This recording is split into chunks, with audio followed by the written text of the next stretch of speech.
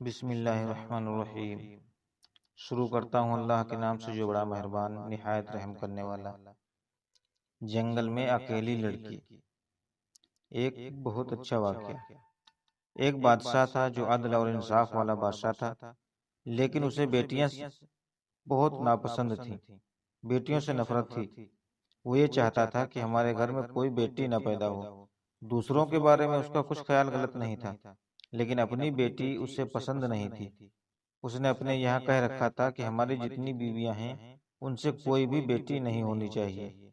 लेकिन अल्लाह ताला अता करने वाला है, अल्लाह ताला बेटा और बेटी देने वाला है, और अल्लाह ताला के अता को कोई नहीं रोक सकता। उसने अपनी बीवियों से कह रखा था कि हमें बेटी नहीं पसंद है, अगर जिसकी भी बेटी हो गई तो हम उसको कत्ल कर देंगे। तो अल्लाह ताला का करना ऐसा हुआ कि उसकी बीवी हमल से हुई। कुछ दिनों बाद उसके यहाँ बच्चे की पैदाइश हुई। वो बाहर गया हुआ था किसी काम से, किसी काम के सिलसिले में बाहर गया हुआ था। बीवी हमल से थी तो बच्चे की विलादत हुई, और अल्लाह ताला का करना ऐसा हुआ कि बेटी पैदा हुई।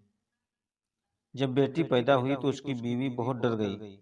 मलिका बहुत डर गई कि जब बादशाह देखेगा, मेरा शौहर देखेगा तो मेरी बेटी को कत्ल कर देगा।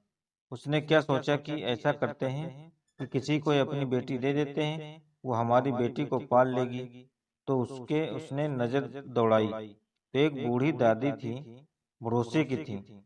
उसको बुलाया और बुलाकर ये कहा कि देखो, ये मेरी बेटी है, आप इसकी परवरिश करो, आप इसकी देखभाल करो, आपको मैं ये जिम्मेदारी देती हूँ, और जब मेरी बेटी बड़ी हो जाए तो फिर मेरे पास ले आना।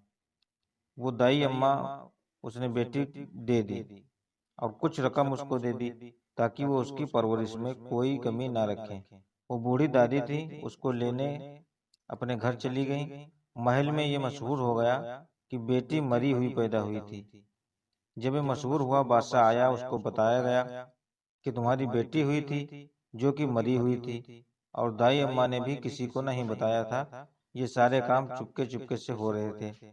दाई अम्मा उस बेटी को पालने लगी, यहाँ तक कि वो बेटी जवान होती गई, बड़ी होती गई। एक अरसा गुजर गया।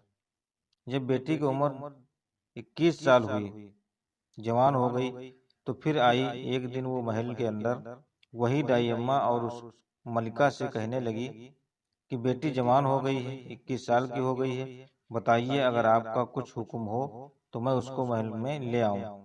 मैंने उसको बताया भी नहीं,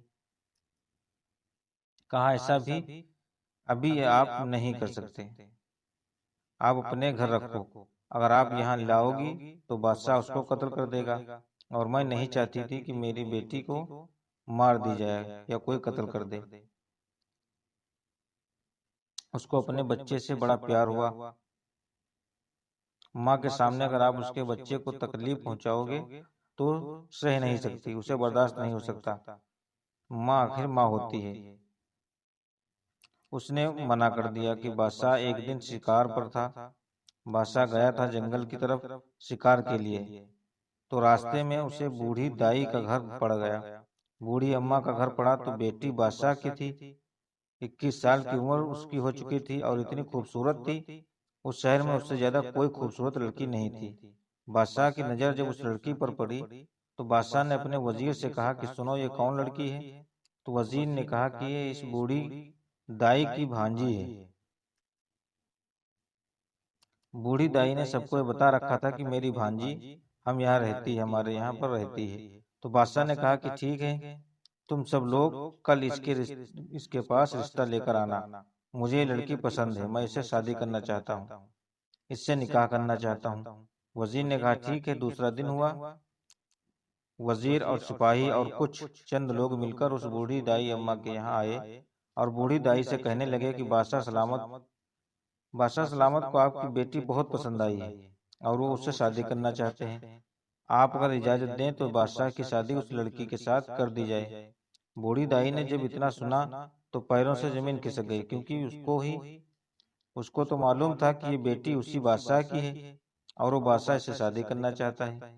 ये कैसे हो सकता है? उसने कहा नहीं, मैं ये रिश्ता मंजूर नहीं कर सकती, इसलिए मेरी भांजी है, मैं बहुत गरीब हूँ, मेरी हैसियत क्या है कि मैं अपनी भांजी का निकाह बादशाह के साथ कर दूं।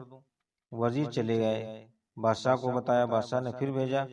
वजीर ने बड़ी मिन्नत की, समाजत की कि बूढ़ी को मनाया जाए, लेकिन बूढ़ी नहीं मानी, क्योंकि वो कैसे कर सकती थी, वो तो उसका बाप था। ना बादशाह बाप अपनी बेटी के साथ कैसे निकाह कर सकता है, कैसे शादी कर सकता है। बूढ़ी तो सब हाल जानती थी।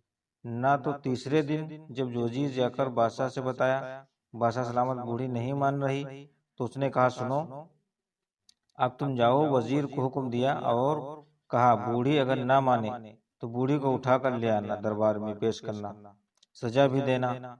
तो वजीर गए, वजीर ने बूढ़ी को मनाया, बूढ़ी नहीं मानी। उसे तो मालूम था जब नहीं मानी तो वजीर ने मारना शुरू कर दिया। बूढ़ी को बहुत तकलीफ दी, काफी मारा। एक तो वैसे भी कमजोर थी, फिर उसको वजीर वजीर मारा, वहां से उठा ले गए, दरबार में पेश किया। बादशाह ने कहा कि तुम अपनी भांजी का निकाह मेरे साथ क्यों नहीं करना चाहती हो, आखिर क्या वजह है। तो बूढ़ी ने कहा, सुनो, मैं इसलिए नहीं करना चाहती हूँ कि वो कोई और नहीं, वो आपकी बेटी है, वो आपकी बेटी है और आप ऐसा काम नहीं कर सकते। आप अपनी बेटी ही से निकाह करना चाहते हैं। तो बादशाह ने कहा, मेरी बेटी है और मैं उसके साथ इतना बड़ा कदम उठाने जा रहा था, मैं उससे शादी करने जा रहा था। तो बादशाह ने कहा, सुनो, मेरी बेटी तो मरी हुई पैदा हुई थी, फिर ये मेरी बेटी कैसे कहाँ से आई। कहा, सुनो, आपकी बीवी, आपकी बेगम ने मुझे पालने के लिए रखा था, मुझसे कहा था कि मेरी बेटी को पाल लो, वरना बादशाह उसको मार देगा, उसको कत्ल कर देगा। इसलिए मैंने आपकी बेटी को पाला है और उसको बड़ा किया। आज 21 साल की उम्र हो चुकी है। बादशाह ने जब इतना सुना, उसको बहुत गुस्सा आया। बादशाह ने अपने बेटे को बुलाया और कहा, सुनो, मैं नहीं चाहता कि मेरी बेटी जिंदा रहे, तू अपनी बहन को अपने ही हाथों से मार दे, उसको जंगल ले जा, और ले जाने के बाद उसकी आंखें निकालकर उसका खून मेरे पास लेके आ। उसकी आंखें और खून जब देखूंगा तब मुझे सुकून होगा, क्योंकि मैं नहीं चाहता था कि मेरी बेटी पैदा हो और वो यहाँ रहे। इस बूढ़ी की हिम्मत तो देखो, इसने मेरी बेटी को पाला। उस बूढ़ी को तो उसने माफ कर दिया, लेकिन बेटी के लिए हुक्म सुना दिया, अपने बेटे को कि ले जा और इसको मार के इसकी आंखें निकाल के और खून मेरे पास ले आ। बेटा था, बहन को ले गया जंगल। अब भाई बहन का प्यार उमड़ाया। भाई बहन का प्यार भी अजीब प्यार होता है। भाई अपने बहन के बारे में कुछ गलत नहीं सोच सकता, उसको नहीं मार सकता था। बहन अपने भाई के बारे में कभी भी कुछ गलत नहीं सोच सकती थी। कभी भी कोई तकलीफ भाई पर आ जाए तो बहन आगे खड़ी हो जाती है। बहन कभी बर्दाश्त नहीं करती कि उसका भाई परेशानी में रहे, और भाई भी ये नहीं बर्दाश्त कर सकता कि उसकी बहन परेशानी में रहे। फिर यहाँ तो मारने का हुक्म और कत्ल करने का मसला था। जब बादशाह का हुक्म था बेटे के लिए, तो बेटा कहने लगा, मेरी बहन, तुम यहाँ से भाग जाओ, चली जाओ, मैं तुम्हें नहीं मार सकता, मैं तुम्हारी आंखों को कैसे निकाल सकता हूँ, मैं तुम्हारा कत्ल करके खून ले जाके अब्बा को कैसे दिखा सकता हूँ, मैं नहीं मार सकता। बहन कहने लगी, भाई, तू अपनी जान जोखम में क्यों डाल रहा है, मुझे मार दे, अगर तू मुझे नहीं मारेगा तो बादशाह तुझे मार देगा, अब्बा तुझे मार देंगे, अगर तू मुझे नहीं मारेगा। उसने कहा, बहन, तुम मत सोचो इस बात का, तुम यहाँ से भाग जाओ, मैं इसकी तरकीब निकाल लूंगा कि अब्बा के सामने कैसे पेश होना है और क्या करना है। बहन ने कहा, ठीक है। भाई बहन चली गई जंगल में। अब उसको इतना डर नहीं लगता था कि जानवर खा जाएगा या क्या हो जाएगा, क्योंकि उसे तो मारने ही का हुक्म दिया गया था। अब यहाँ से तो बच गई ना। उसके भाई ने एक हिरन को पकड़ा, उसको मारा, उसकी आंखें निकाली और खून निकाल के बादशाह के पास ले गया। बादशाह ने जल्दी जल्दी देखा, कहा, चलो ठीक है, वो खून हिरन का था और आंखें भी हिरन की थी। जल्दी में उसने देखा और कहा, चलो ठीक है, मार दिया, अच्छा किया। अब बादशाह को यकीन हो गया कि मेरी बेटी थी, उसको कत्ल कर दिया गया है। माँ ने जब सुना तो उसकी धड़कनें तेज हो गईं। वो रोने लगी। माँ तो माँ होती है। बेटे ने चुपके से आके माँ से कहा, माँ, आप चिंता ना करें, बेटी को मारा नहीं है, मैंने बहन को मारा नहीं है, बल्कि बहन को मैंने निकाल दिया, जंगल में कह दिया मैंने कि तू जा, निकल जा, और मैं हिरन को मारकर उसकी आंखें निकालकर खून लाया हूँ। अब्बा को यकीन हो गया है कि मैंने अपनी बेटी को मार दिया है, मैंने बहन को मार दिया है, हालांकि मैंने ऐसा नहीं किया। कोई बहन अपने भाई अपनी बहन को नहीं मार सकता। उसकी माँ को तसल्ली हुई, जान में जान पड़ी और अल्लाह ताला का शुक्र अदा किया। अब ये इधर यहाँ जंगल में अकेली चल रही थी। चलती गई, कांटेदार जंगल था, उसके कपड़े जंगल में कांटों में हिलक हिलक फंसते फंसते काफी फट चुके थे।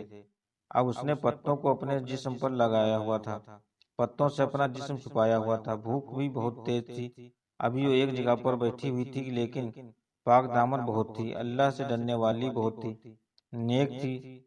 बैठी तो थी, किसी की आहट सुनाई दी, किसी की चलने की आवाज सुनाई दी तो वो डर गई। अकेली थी जंगल में वैसे भी अगर कोई रास्ता भटक जाए तो फिर अजीब लगता है। फिर वो तो अकेली जा रही थी, मंजिल का पता नहीं था, जाना कहाँ ये कुछ पता नहीं था। बादशाह के जुल्म से परेशान होकर अपनी मंजिल को तलाश कर रही थी। क्या देखती है, कुछ घुड़सवार आ रहे थे। उनको देखकर वो एक घने पेड़ पर ऊपर चढ़ गई। आने वाला एक दूसरे मुल्क का बादशाह था। वो जंगल में शिकार के लिए आया हुआ था। धूप भी तेजी के साथ थी। वो आके उसी दरख्त के नीचे लेट गया और सोचने लगा। कुछ सोचता होगा। उसका सर उसकी ऊपर की तरफ था, आंखें खुली हुई थी, पत्तों को देख रहा था, उस दरख्त को देख रहा था कि इतने में नजर उसकी उस लड़की पर पड़ गई। जब उस लड़की पर नजर पड़ी, जंगल में अकेली लड़की, और वहां भी वो भी घने दरख्त पर बैठी हुई थी, तो जल्दी से उठा, उठकर दूर खड़ा हो गया। तुम कौन हो? कौन सी मखलूक हो? आपने इस घने दरख्त पर कैसे बैठी हुई हो? लड़की नहीं बोली।